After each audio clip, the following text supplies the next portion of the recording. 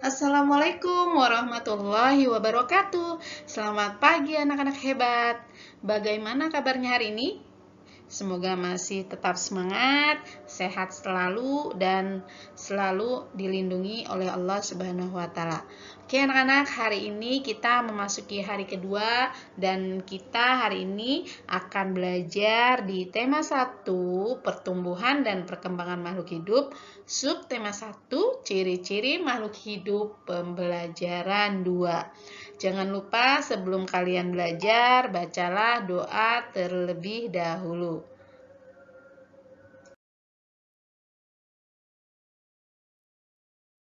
Di pembelajaran sebelumnya, kalian telah mengetahui ciri-ciri makhluk hidup.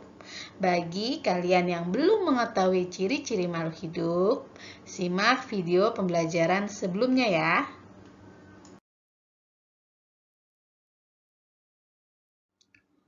Ciri-ciri makhluk hidup.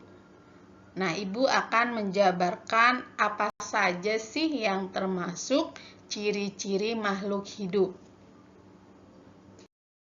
Yang pertama adalah makhluk hidup itu bernafas. Nah, makhluk hidup ini berbeda-beda alat pernafasannya. Ada yang dengan paru-paru, ada yang dengan insang, ada juga dengan permukaan kulitnya. Nanti kita akan bahas di slide berikutnya ya. Yang kedua adalah makhluk hidup itu bergerak. Nah, ini pun bermacam-macam. Jadi, makhluk hidup itu bergerak, ada yang dengan berjalan, ada yang dengan berenang, ada yang dengan melata, ada juga yang merayap. Kemudian yang ketiga adalah makhluk hidup itu bertumbuh dan berkembang. Jadi makhluk hidup itu semuanya bisa bertumbuh dan berkembang dari kecil menjadi besar. Nah, itu yang disebut tumbuh dan berkembang. Selanjutnya adalah makhluk hidup itu membutuhkan makan dan minum. Untuk apa makhluk hidup membutuhkan makan dan minum?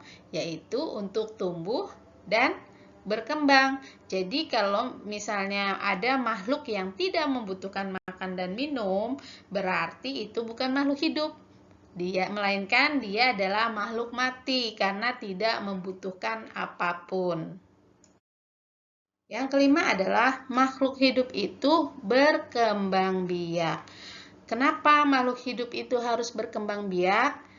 Agar keturunannya tidak punah. Bisa juga tujuan dari makhluk hidup berkembang biak adalah untuk melestarikan keturunannya atau juga untuk melestarikan spesiesnya. Dan yang terakhir adalah makhluk hidup itu peka terhadap rangsangan. Nah, bagaimana penjelasan peka terhadap rangsangan? Nanti Ibu jelaskan di slide berikutnya.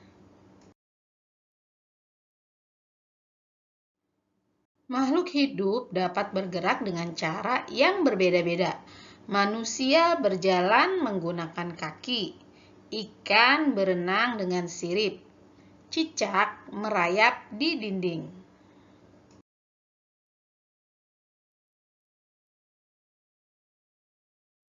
Nah, sekarang coba kalian cari tahu apakah tumbuhan juga bergerak? Yuk kita cari tahu bagaimana cara tumbuhan itu bergerak. Bagaimana gerakan yang dilakukan tumbuhan?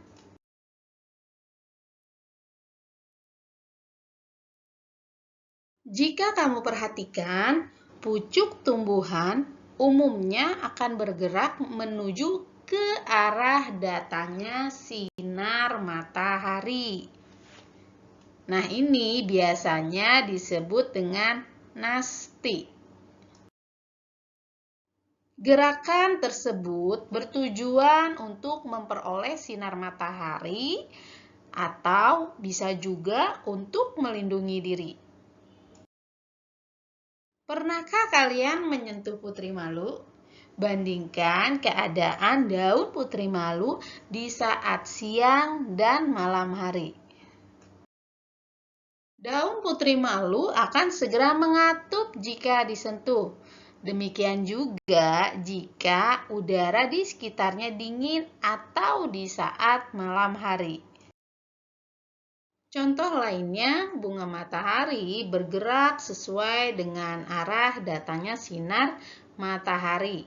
Ketika di pagi hari, bunga matahari akan menghadap ke arah timur, arah terbitnya matahari. Nah, kemudian di tengah hari, bunga matahari itu akan naik ke atas. Dia akan menghadap ke matahari. Begitu juga ketika di sore hari, bunga matahari itu menghadap ke barat. Jadi di sini bunga matahari bergerak kemanapun arah datangnya sinar matahari.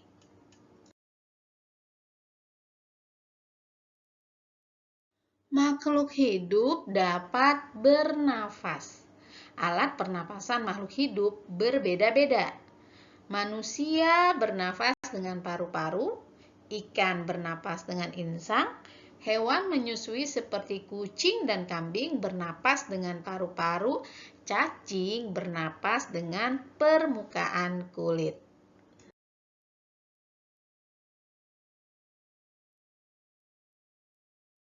Apakah tumbuhan bernafas? Tumbuhan juga mempunyai alat pernafasan. Udara masuk ke dalam tumbuhan melalui permukaan bawah daun, akar, dan batang. Alat pernafasan pada permukaan daun disebut stomata atau mulut daun. Nah, di sini Ibu akan memberikan tambahan informasi bahwa manusia dengan tumbuhan memiliki perbedaan dalam proses bernafas.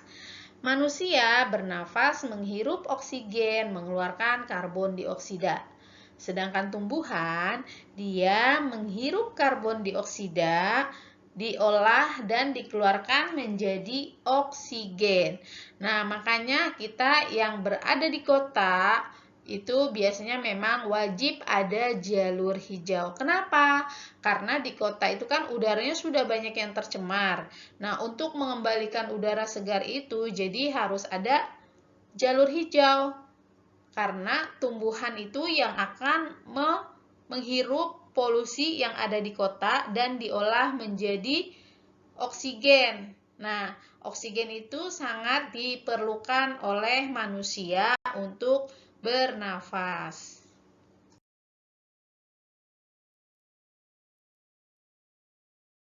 Oke, setelah tadi Ibu memberikan penjelasan, silakan kalian cari informasi dan berdiskusi dengan orang tuamu di rumah untuk tugas pertama ini. Silakan kalian catat di buku tulis kalian.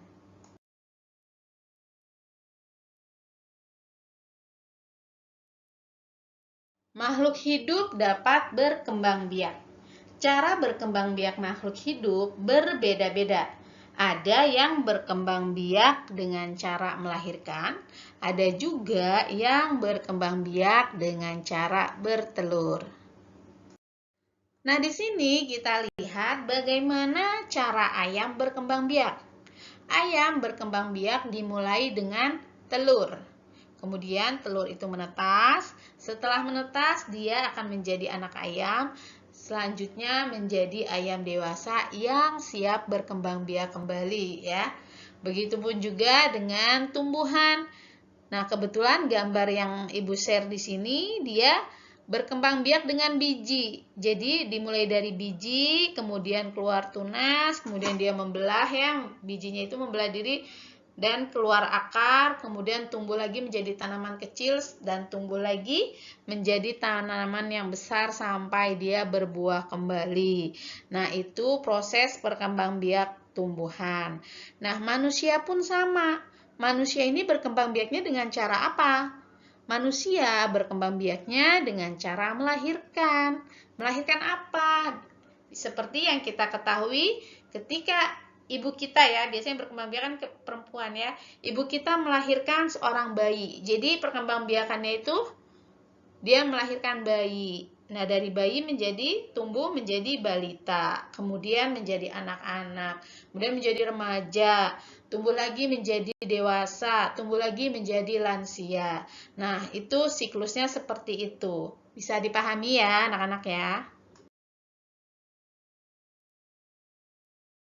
Oke, tugas kedua adalah kalian coba berdiskusi dengan ayah dan bunda di rumah atau kakak di rumah untuk menuliskan nama makhluk hidup, kemudian mengelompokkan mana yang berkembang biak melahirkan dan mana juga yang berkembang biak dengan cara bertelur.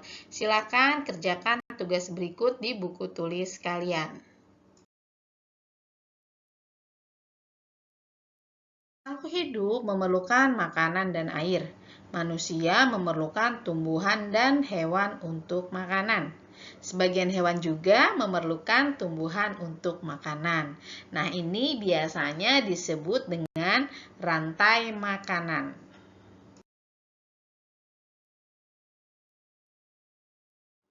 Makhluk hidup peka terhadap rangsang. Kepekaan makhluk hidup terhadap rangsang berbeda-beda. Jika kita melihat sinar matahari atau sinar yang menyilaukan lainnya, dengan cepat kita akan menutup mata. Daun putri malu akan menutup daunnya jika disentuh. Buah pada pohon pacar Cina akan meletus jika disentuh. Landak dan kaki seribu akan menggulung badannya jika disentuh. Nah, coba kalian yang memiliki tumbuhan putri malu di rumah bisa praktek, coba kalian sentuh tumbuhan itu, apakah tumbuhan itu daunnya akan mengatup atau tidak. Kemudian juga bisa juga kalian mencoba ketika matahari terbit, kalian menghadap matahari. Apakah mata kalian akan kuat dengan terbuka atau secara refleks mata kalian akan menutup menghindari sinar matahari. Oke, selamat mencoba di rumah ya. Nah, setelah tadi Ibu menjelaskan beberapa hal, coba kalian tulis kembali apa sih ciri-ciri makhluk hidup itu? Silahkan ditulis di buku kalian ya. Setelah tadi kalian menulis tugas ciri-ciri makhluk hidup, selanjutnya adalah kalian membuat kalimat dari kata-kata yang tersedia.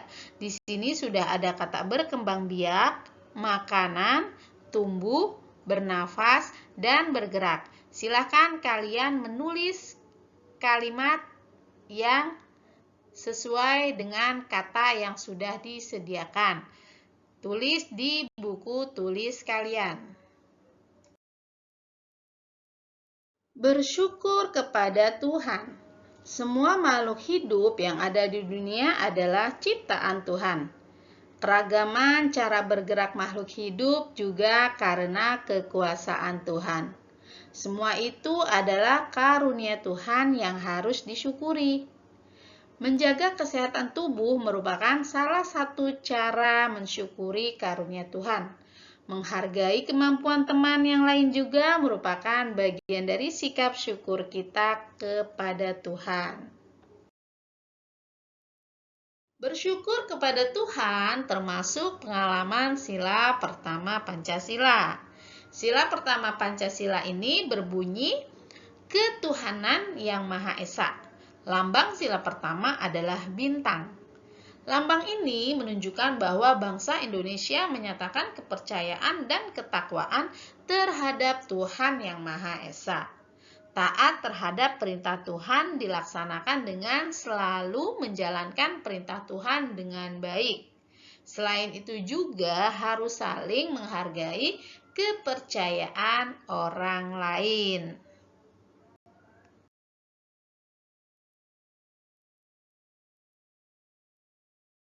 Bersyukur adalah berterima kasih dengan semua yang diberikan Tuhan. Sikap selalu bersyukur adalah salah satu contoh pengamalan sila pertama Pancasila. Nah, biasanya ketika kita mendapatkan sesuatu atau kita memiliki sesuatu yang tidak dimiliki orang lain misalnya. Nah, cara bersyukur kita yang paling sederhana adalah mengucapkan alhamdulillah ya. Itu adalah cara yang paling sederhana ketika kita mendapatkan sesuatu, memiliki sesuatu yang istimewa dengan mengucapkan alhamdulillah.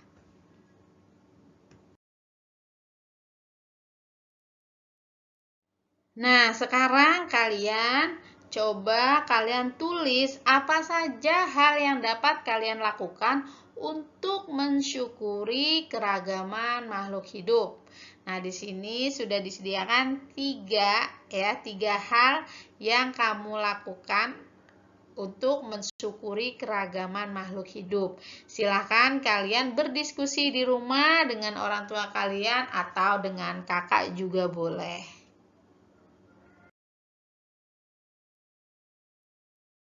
Anak-anak, sampai di sini dulu pembelajaran kita hari ini. Semoga apa yang sudah Ibu Guru sampaikan bisa bermanfaat untuk kalian, bisa dipahami dengan baik, dan jangan lupa untuk selalu mengulang-ulang pelajaran agar tidak lupa dan kalian bisa selalu mengingat ilmu yang sudah didapat. Terima kasih untuk semuanya. Assalamualaikum warahmatullahi wabarakatuh.